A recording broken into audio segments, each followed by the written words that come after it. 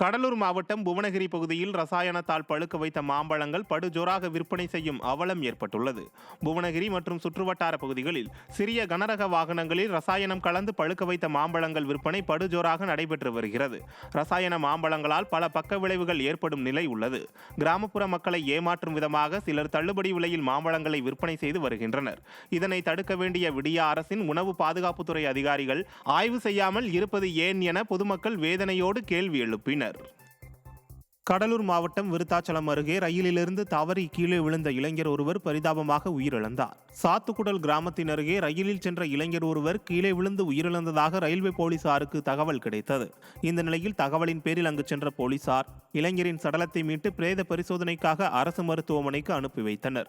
இந்நிலையில் உயிரிழந்தவர் அரியலூர் மாவட்டத்தைச் சேர்ந்தவர் என்பதும், சென்னையிலிருந்து தூத்துக்குடி வரை செல்லும் முத்துநகர் எக்ஸ்பிரஸ் ரயிலில் சென்றபோது ரயிலிலிருந்து கீழே தவறி விழுந்து உயிரிழந்ததாக முதற்கட்ட விசாரணையில் தெரிய வந்துள்ளது. ராமநாதபுரம் மாவட்ட அரசு மருத்துவக் கல்லூரி மருத்துவமனையின் மாடியில் இருந்து குதித்து இளைஞர் ஒருவர் உயிரிழந்தார். தேவிப்பட்டினம் பகுதியைச் சேர்ந்த ஜெரால்ட் என்பவர் தன் மனைவியை பிரிந்து வாழ்ந்து வந்துள்ளார். இந்நிலையில் மனைவியை பிரிந்து வாழும் விரக்தியில் அவர் விஷம் குடித்து தற்கொலைக்கு முயன்றார். அவரை மீட்டு ராமநாதபுரம் அரசு மருத்துவக் கல்லூரி மருத்துவமனையில் சிகிச்சைக்காக அனுமதித்தனர்.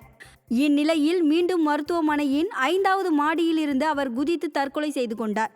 இந்த சம்பவம் அந்த பகுதி மக்களிடையே சோகத்தை ஏற்படுத்தியுள்ளது. சேலம் மாவட்டம் மேட்டூர் அரசு மாவட்ட தலைமை மருத்துவமனையில் தேங்கி கிடக்கும் மருத்துவ கழிவுகளால் நோய் தொற்று பரவும் அபாயம் ஏற்பட்டுள்ளதாக பொதுமக்கள் குற்றம் சாட்டினர். மேட்டூரில் அரசு மாவட்ட தலைமை மருத்துவமனையில் பல நாட்களாக மருத்துவ கழிவுகள் அப்புறப்படுத்தப்படாமல் தேங்கி கிடக்கின்றன. இதனால் மருத்துவமனை வளாகம் முழுவதும் கடும் துர்நாற்றம் வீசுவதோடு நோய் தொற்று ஏற்படும் அபாயம் உள்ளதாக நோயாளிகள் உறவினர்கள் குற்றம் சாட்டினர். மேலும் மருத்துவ கழிவுகளை அகற்ற உரிய நடவடிக்கை எடுக்குமாறு வலியுறுத்தினர்.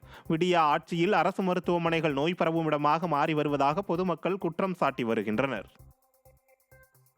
தேனி மாவட்டம் சின்னமனூர் அருகே விவசாய நிலங்களுக்கு செல்லும் பாதையை தனிநபர் ஆக்கிரமிப்பு செய்துள்ளதாக விவசாயிகள் குற்றம் சாட்டியுள்ளனர். புலிக்குத்தி கிராமத்தில் விவசாயிகள் வாழை, தென்னை உள்ளிட்ட பல்வேறு விவசாய பயிர்களை விளைவித்து வருகின்றனர். இந்த விவசாய நிலங்களுக்கு செல்லும் முக்கிய சாலையான அரளையூத்து கண்மாய் கரையினை விவசாயிகள் பயன்படுத்தி வருகின்றனர். இந்நிலையில் தனிநபர் ஒருவர் அந்த சாலையை ஆக்கிரமிப்பு செய்துள்ளதாக குற்றச்சாட்டு எழுந்துள்ளது. மேலும் விவசாய நிலங்களுக்கு செல்லும் கண்மாய் கரை சாலையில் அவர் வேலிகளை அமைத்துள்ளதாகவும் சொல்லப்படுகிறது. இதனால் விவசாய பணிகள் செய்ய முடியவில்லை என விவசாயிகள் வேதனை தெரிவித்துள்ளனர். எனவே விடியா அரசின் வருவாய்த்துறையினர் சாலையில் உள்ள ஆக்கிரமிப்புகளை அகற்றித்தர விவசாயிகள் வலியுறுத்தியுள்ளனர். இந்த பஞ்சமி நிலம் வந்து 60 கம்மாய் கரைக்கு மேல் பகுதியில் உள்ளது. கம்மாய் கரை வந்து என் தாத்தா காலத்திலிருந்து அது வழியாக நாங்கள் வந்து விவசாயம் செஞ்சு அந்த கரை வழியாக நடந்து போய் வர நிலத்துக்கு கீழ் பகுதியில் உள்ளவர் என்ன செஞ்சிட்டாருன்னா, இந்த இடத்த வந்து நிலத்தை விலைக்கு வாங்கி அவர் முன்னாடி கேட்டோம், பின்னாடி வந்து வீடும் முள்வெளியும் போட்டு மறைச்சிக்கிட்டாரு. பாதையை வந்து அடைச்சி வச்சுக்கிட்டு எங்கள் விவசாயம் செய்ய விடாமல் தடுத்து நிப்பாட்டிட்டாரு. பெரம்பலூர் மாவட்டம் திருமாந்துறை அருகே சுங்க கட்டணம் செலுத்த மறுத்த சுங்கச்சாவடி ஊழியரை திமுக பிரமுகர் தாக்கிய சம்பவம் அதிர்ச்சியை ஏற்படுத்தியுள்ளது. திருமாந்துறை பகுதியில் செயல்பட்டு வரும் சுங்கச்சாவடிக்கு திமுக கொடி கட்டி சொகுசு கார் ஒன்று வந்துள்ளது.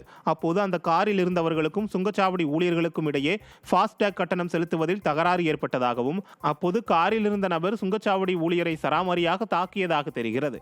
இதில் படுகாயமடைந்த சுங்கச்சாவடி ஊழியர்கள் மருத்துவமனையில் அனுமதிக்கப்பட்டனர்.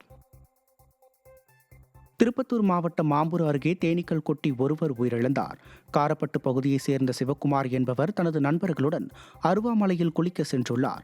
அப்போது அங்குள்ள மரத்தில் அவர்கள் தேனெடுக்க முயற்சித்த போது தேனீக்கள் அவர்களை சூழ்ந்து கொட்டத் தொடங்கின. இதையடுத்து அவர்கள் சிகிச்சைக்காக மருத்துவமனையில் அனுமதிக்கப்பட்டனர். சிகிச்சை முடிந்து வீட்டிற்கு வந்த சிவக்குமாருக்கு திடீரென நெஞ்சுவலி ஏற்பட்டதால் மருத்துவமனையில் மீண்டும் சேர்க்கப்பட்டு சிகிச்சை பெற்றார். இதையடுத்து வீட்டுக்கு வந்த அவர் சில மணி நேரத்திலேயே உயிரிழந்தார். இச்சம்பவம் குறித்து போலீசார் விசாரணை மேற்கொண்டுள்ளனர். ஊர் நாட்டாமை தங்களை ஊரை விட்டு ஒதுக்கி வைத்துள்ளதாக கூறி திண்டுக்கல் மாவட்ட ஆட்சியர் அலுவலகத்தில் வயதான தம்பதி கதறி அழுத சம்பவம் பரபரப்பை ஏற்படுத்தியது. திண்டுக்கல் மாநகராட்சிக்கு உட்பட்ட செயின்ட் சேவியர் தெருவில் வசித்து வரும் கூலி தொழிலாளி அலெக்சாண்டர், புஷ்பராணி தம்பதியை அப்பகுதியைச் சேர்ந்த நாட்டாமை ஊரை விட்டு ஒதுக்கி வைத்துள்ளதாக கூறப்படுகிறது.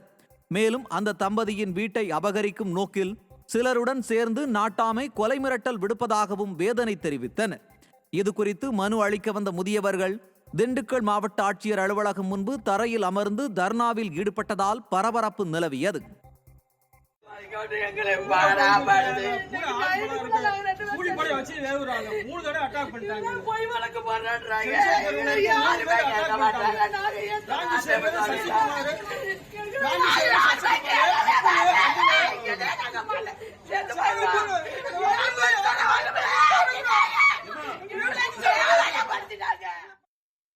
அந்த குழந்தை இறந்தது கூட கலர் சீட்டு தரமாட்டேன்ட்டான். போனா போயிட்டு போகுதுன்னு எங்க போய் எங்க அம்மா வீட்டுல போய் நாங்க புதைச்சோம். போச்சுட்டு வந்தாங்கன்னா போன மாசத்துல போய் இங்க இருந்து எங்களை கேவலப்படுத்தி ஊரை விட்டு ஒதுக்கி வச்சிருக்கான். அவங்களை அங்கேயும் இடம் கொடுக்க கூடாதுன்னு எங்களை ஊரை விட்டு ஊர் போய் எங்களை கேவலப்படுத்தி அசிங்கப்படுத்திட்டான் சாமி. எங்க மானமே காத்துல பறக்குது. தயவு செய்து நாங்க உயிரோட இருக்கிறதா, நாங்க வாழ்றதா, என் புருஷனை நானு நடு தெருவுல நிக்கிறோம். எங்க போனாலும் கேட்க மாட்டாங்க. பொய் வழக்கு போடுறேன், என் மேல பொய் வழக்கு போடுறேன், என் புருஷன் மேல, என் பிள்ளைய இருக்கா ஒரு பையன், அவன் பெயிண்டிங் வேலை செய்யறான். நல்ல காசு பணப்பழத்தோட இருக்கிறாங்க, காரு மக்களோட இருக்கிறான். அந்த பிரான்சி சேவியர் அவங்க திரும்பி என் மச்சான் தான், எங்க வீட்டுக்கார் கூட பிறந்தவன். அவன் பணத்தை காசை வச்சுக்கிட்டு ஊரே விலைக்கு வாங்கிட்டு இருக்கிறான். திருப்பூர் மாவட்டம் அவிநாசி அருகே விவசாய தோட்டத்தில் இடி தாக்கியதில் 3 பசுமாடுகள் பரிதாபமாக உயிரிழந்தன. புலிப்பார் ஊராட்சிக்குட்பட்ட பொன்னேகவுண்டன்புதூர் பகுதியைச் சேர்ந்த விவசாயி முருகேஷ். இவர் தனது மாட்டு கொட்டகையில் 2 பசுக்கள் மற்றும் ஒரு கறவை மாட்டை வைத்துள்ளார். இந்த நிலையில் அவிநாசி மற்றும் அதன் சுற்றுவட்டார கிராம பகுதிகளில் இடியுடன் கூடிய கனமழை பெய்தது. அப்போது மாட்டு கொட்டகையில் சினையுடன் இருந்த 2 பசுக்கள், ஒரு கறவை மாடு உட்பட 3 பசுக்களும் இடி தாக்கி பரிதாபமாக உயிரிழந்தன. இதன் மதிப்பு சுமார் 2,50,000 ரூபாய் என்பதால் விடியா அரசு தனக்கு உரிய இழப்பீடு வழங்க வேண்டும் என விவசாயி கோரிக்கை விடுத்துள்ளார். போன வாரத்தில் தான் ஒரு 1000 வாழை சாஞ்சு நஷ்டப்பட்டுச்சு. இப்போ இன்னி நேரத்துக்கு மழை பெஞ்சு இடி இடித்ததில் 3 மாடு கறவை மாடுகளே 3 பெரிய மாடுகளே போயிடுச்சு. இடி இறந்துருச்சு. இந்த 3 மாட்டோட மதிப்பு ஒரு 2 லட்ச ரூபாய்க்கு பக்கம் வருங்க. உங்களுக்கு ஏதாவது சரியான இழப்பீடு கொடுக்கணும். நீலகிரி மாவட்டம் உதகை மற்றும் அதன் சுற்றுவட்டார பகுதியில் பெய்த கனமழையால் சாலை ஓரங்களில் நிறுத்தி வைக்கப்பட்டிருந்த வாகனங்கள் தேங்கிய மழைநீரில் சிக்கின.